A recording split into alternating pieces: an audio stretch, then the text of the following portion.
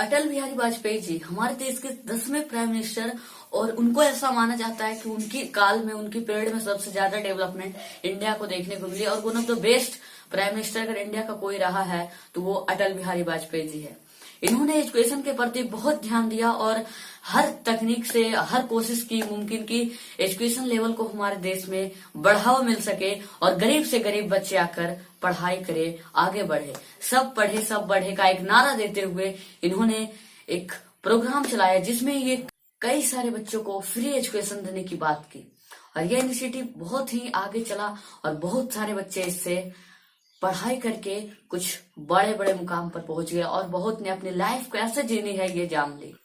और इस प्रोग्राम का नाम था सर्व शिक्षा अभियान। सो आप सोच रहे होंगे कि ये सर्व शिक्षा अभियान क्या था, यह इनिशिएटिव किस तरह से काम किया और कहाँ पे ये लागू हुआ था। ये सारी बातें दोस्तों आज के इस वीडियो में हम जानेंगे कि क्या थी ये अभियान। तो आइए फिर लेट्स कंटिन्यू। तो दोस्तों जब भी हमारे देश में अगर अटल जी की अचीवमेंट की बात होगी, उपलब्धियों की बात होगी कि उन्होंने क्या किया अपनी पीरियड में, तो ये सर्व शिक्षा नामक एक जो वर्ड है, एक अभियान है, एक प्रोग्राम है, वो जरूर आएगी उनकी डिक्शनरी में। तो दोस्तों आइए जानते हैं पहले सर्व शिक्षा अभियान क्या थी दोस्तों। तो दोस्तों ये बहुत ही महत्वपूर्ण प्रोग्राम था दोस्तों भारतीय गवर्नमेंट का।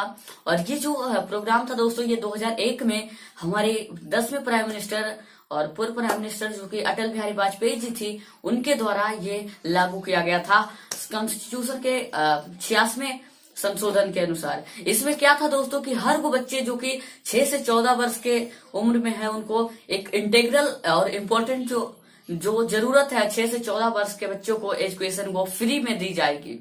उनके लिए सारी व्यवस्थाएं की जाएगी ताकि वो पढ़ सके। और यह इनिशिएटिव दोस्तों बहुत आगे तक चला और ये 205 मिलियन बच्चों को 2001 में ये टारगेट किया था कितने बच्चों को वो एक साथ टीच किया जाए दोस्तों, पढ़ाया जाए उनको। दोस्तों अब आइए अब इस प्रोग्राम की जो हम एम रखते हैं, किसी भी चीज का एम रहता है वो क्या था इस प्रोग्राम का, आइए जानते हैं दोस्तों। तो पहला इसका एम था दोस्तों कि जो भी बच्चे जो गरीब है, चाहे वो अमीर हो, जो बच्चे हैं कि स्कूल नहीं जा पाते हैं, उनके बहुत ही मजबूर हो पड़ते हैं और वो स्कूली शिक्षा नहीं लेने कारण उनकी इंटीग्रल लाइफ में भी, पर्सनल लाइफ में भी बहुत सारी दिक्कतें आती हैं और आगे जाकर भी उनको बहुत ही मतलब पढ़ाई जब नहीं करते तो वहां पे मजदूरी वगैरह करने को, तो ये दूर करने के लिए अटल बिहारी वाजपेयी जी ने पहला ये एम रखा कि बच्चे पढ़े ना पढ़े, पहले उनको 2003 तक सभी वैसे बच्चे जिनके पास कोई साधन नहीं है वो स्कूल में रहे। पहला एम ये था दोस्तों। दूसरा एम रखा गया दोस्तों प्राथमिक शिक्षा के 5 साल तक उनको पढ़ाई करनी है और उसको पूरी करनी है। और दूसरी एम रखी गई कि दोस्तों 2010 तक वो शिक्षा बढ़कर 8 क्लास तक वो बच्चे पढ़ पाए। ये उनका एक और एम था दोस्तों। अब जानिए, अब आते हैं दोस्तों तीसरे एम पे। और तीसरा एम था दोस्तों create social awareness about the education. दोस्तों आपको पता है कि एजुकेशन लेवल हमारी कंट्री की क्या हालत है, हमारे गांव की, हमारे शहर की, हमारे स्टेट की, ये सबको पता है हमारी कंट्री की। आज बहुत सारे ऐसे लोग हैं जो एजुकेशन पे ध्यान नहीं देना चाहते, वो सोचते हैं कि पढ़ाने से क्या फायदा, पैसे खर्च होते हैं ये सब, और कुछ लोगों के पास मजबूरी भी रहती है। तो ये एक जो एजुकेशन के प्रति एक कहते ना कि याद दिलाना, उसको उजागर करना, ये सोशल अवेयरनेस अगर किसी ने फैलाने की शुरुआत में कोशिश की थी तो वो हमारे अटल बिहारी वाजपेयी जी थे। तो उन्होंने सोशल अवेयरनेस फैलाने का भी काम करने को कहा। और दोस्तों इस प्रोग्राम के अनुसार दोस्तों को सारी जगह पे एक नई स्कूल खोलने के प्रावधान किया गया था जहां पे स्कूल दूर दूर तक नहीं थे। वहां हर गांव में एक स्कूल खोलने का दायरा दिया गया था। उसके बाद जो पुराने स्कूल यहाँ पे दोस्तों उसके मेंटेनेंस में भी खर्चा किया जाता है। जहाँ पे जो टॉयलेट है, ड्रिंकिंग वाटर फैसिलिटी नहीं है, वहां वो सारी चीज को दिया जाता। और हर तरीके से वहां प्लेग्राउंड और कुछ जगह टेक्नोलॉजी का भी इस्तेमाल करने को कहा गया था। और दोस्तों साथ ही साथ वो सारी जगह जहाँ पे टीचर की कमी है, जहाँ टीचर नहीं आते हैं, उन पे भी निगरानी होगी। लेकिन दोस्तों प्रॉब्लम जानते हो क्या आने लगी कि बच्चे स्कूल जा रहे थे लेकिन उनका पहला वो स्कूल तो जा पा रहे थे लेकिन उनके पास खाने के लिए खाना नहीं था, पहनने के लिए कपड़े नहीं थे, तो वो कैसे स्कूल जाते।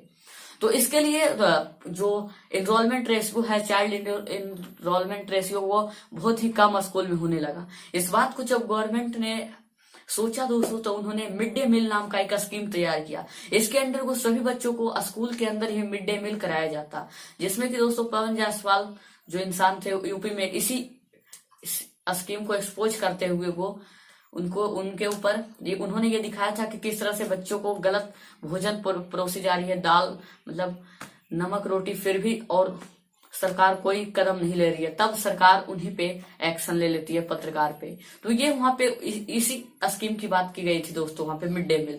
तो सरकार ने ये सोचा कि मिड डे मील अगर चलाया जाए तो क्यों न बच्चे आएंगे, और इस चीज से फायदा भी हुआ दोस्तों। जब मिड डे मील स्टार्ट हुआ तो बच्चे पढ़ने के ना सही बट खाने के प्रति आए, और खाते खाते वो कहीं ना कहीं उनके ऊपर इंटरेस्ट बढ़ने लगा पढ़ाई की ओर। और इसके चलते दोस्तों चौथा इनका ये था कि प्रॉपर बच्चों को पढ़ाई और उनके साथ जितनी भी यूनिफॉर्म बुक्स ये सब है उनको फ्री में दी जाएगी, और खाना भी उनको मिड डे मील चलाया गया।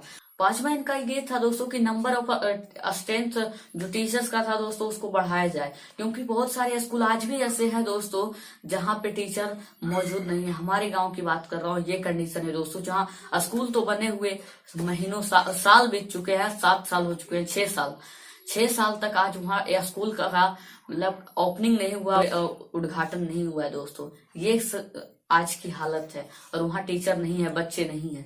बच्चे से पूछा जाता है कब कैसे आप पास हो जाते हैं, जब आपको पढ़ाया नहीं जाता है तो बच्चे कहते हैं कोचिंग से पास होते हैं। ये है हमारी कंडीशन आज के एजुकेशन सिस्टम पे। कुछ बड़े बड़े दिग्गज नेता अटल बिहारी वाजपेयी जी ने कहीं ना कहीं इस चीज पे ध्यान दिया, लेकिन आज को प्रेजेंट में ये कंडीशन काफी उलट के रख गई, क्योंकि स्टार्ट तो करना अच्छा रहता है लेकिन अब उसको इम्प्लीमेंट भी करना चाहिए था। लेकिन कुछ ऐसे उनके बाद जो नेता आ गए, और कुछ स्टेट की मैं बात कर रहा हूँ पार्टिकुलरली, स्टेट गवर्नमेंट उतनी इंटरफेरेंस उतनी इंटरेस्ट नहीं लेती है एजुकेशन के प्रति।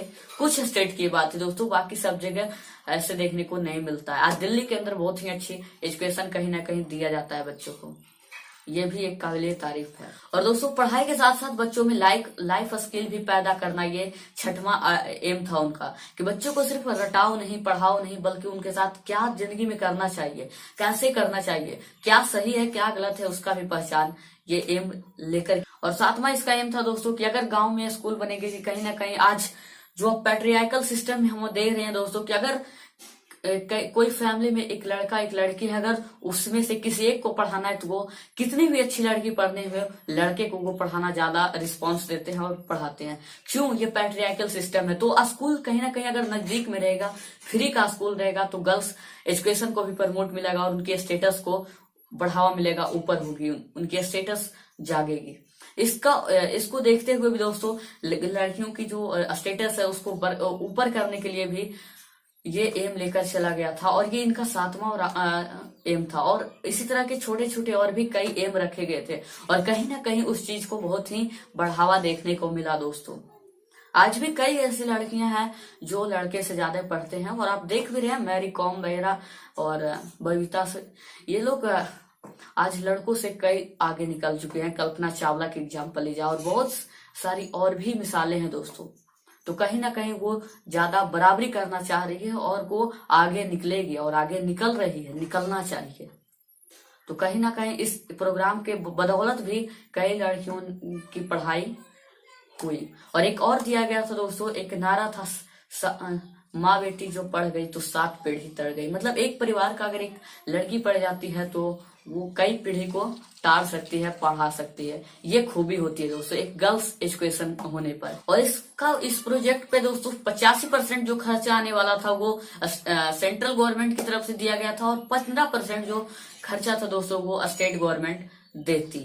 यही इसका डिस्ट्रीब्यूशन था दोस्तों मनी का। पहली बार दोस्तों ये जो प्रोग्राम था वो 18 स्टेट्स को कवर करती थी, और इसमें दोस्तों इंटरनेशनल ऑर्गेनाइजेशन जैसे वर्ल्ड बैंक और यूनिसेफ वगैरह जो है, और इन्होंने भी बहुत सारी मदद की एक्सटर्नली और इंटरनली, जो हमारे गवर्नमेंट है उनको, ताकि यहाँ पे एजुकेशन काफी अच्छे से बढ़ पाए, लोग एजुकेटेड हो पाए, लिटरेट हो पाए। ये सारी देखने को मिला दोस्तों।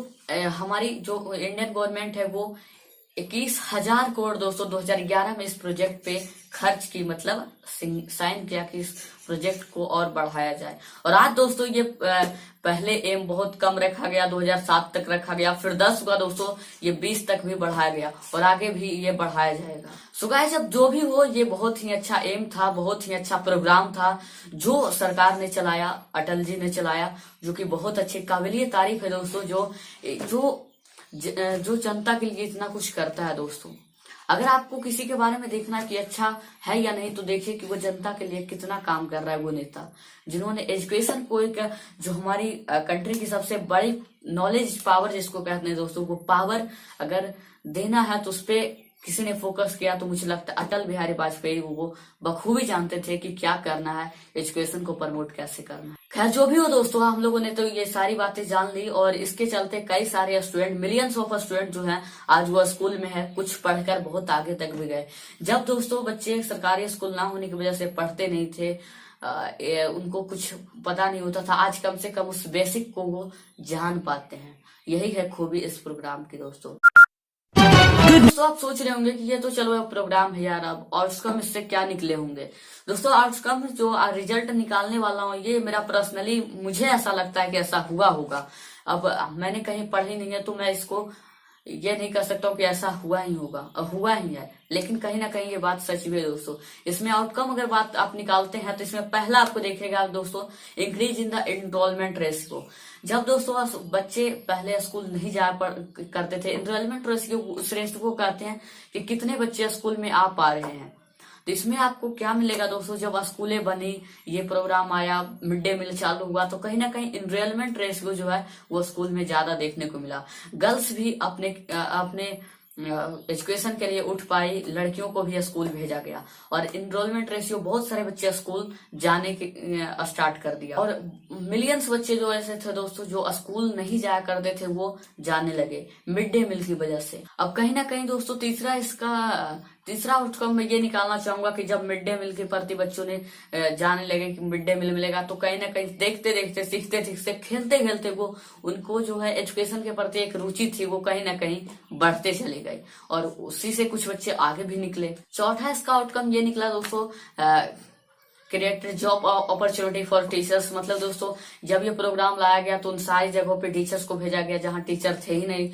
तो कहीं ना कहीं सरकारी स्कूल पहले हुआ करते थे दोस्तों, लेकिन बहुत दूर हुआ करते थे, 4 गांव 5 गांव पे एकाध हुआ करते थे, लेकिन आज लगभग हर गांव में एक प्राइमरी एजुकेशन देने के लिए स्कूल है। भले अब कंडीशन उनकी जो भी हो, तो यहाँ पे जॉब अपॉर्चुनिटी टीचर्स को भी बहुत मिलाई है। तो आप देख सकते हैं दोस्तों, ये कहीं ना कहीं प्रूव्ड ही होती है। और पांचवा इसका ये आउटकम निकाला जा सकता है कि गर्ल्स एजुकेशन पे बढ़ावा जो दिया गया दोस्तों, तो उनके स्टेटस में काफी बेहतरी होने को लगी दोस्तों। जब पहले लड़कियों को मैंने बताया पैट्रियार्कल सिस्टम में किस तरह से उनको रोका जाता था स्कूल जाने से, लेकिन कहीं ना कहीं जब ये प्रोग्राम चला तो उनको भी मौका मिला कि वो आगे बढ़ सके। और कई ऐसे लड़कियां आगे इस फील्ड में आ चुकी हैं पढ़ाई की, और आगे भी वो अपने से आगे आने वाले पीढ़ियों को भी पढ़ाएगी। कहा न 7 माँ बेटी जो पढ़ गई तो 7 पीढ़ी तड़ गई। और दोस्तों इसी के साथ हमारा वीडियो अंत होता है। और हमारी कंट्री में भी कुछ इसी प्रकार के और जो संशोधन थे दोस्तों, प्रोग्राम थे, वो आए ताकि बच्चे यहाँ पे पढ़े लिखे और अपनी लाइफ के लिए कुछ सोचना स्टार्ट करे और कुछ करे, अपने देश के लिए कुछ करना चाहे। कुछ ऐसे प्रोग्राम लाने की जरूरत है जिससे कि जनता को भला हो सके, बच्चे पढ़ना स्टार्ट कर दे, पढ़ाई करना, और कहीं ना कहीं इसका आउटकम बहुत अच्छा निकला। सो जय हिंद और वंदे मातरम।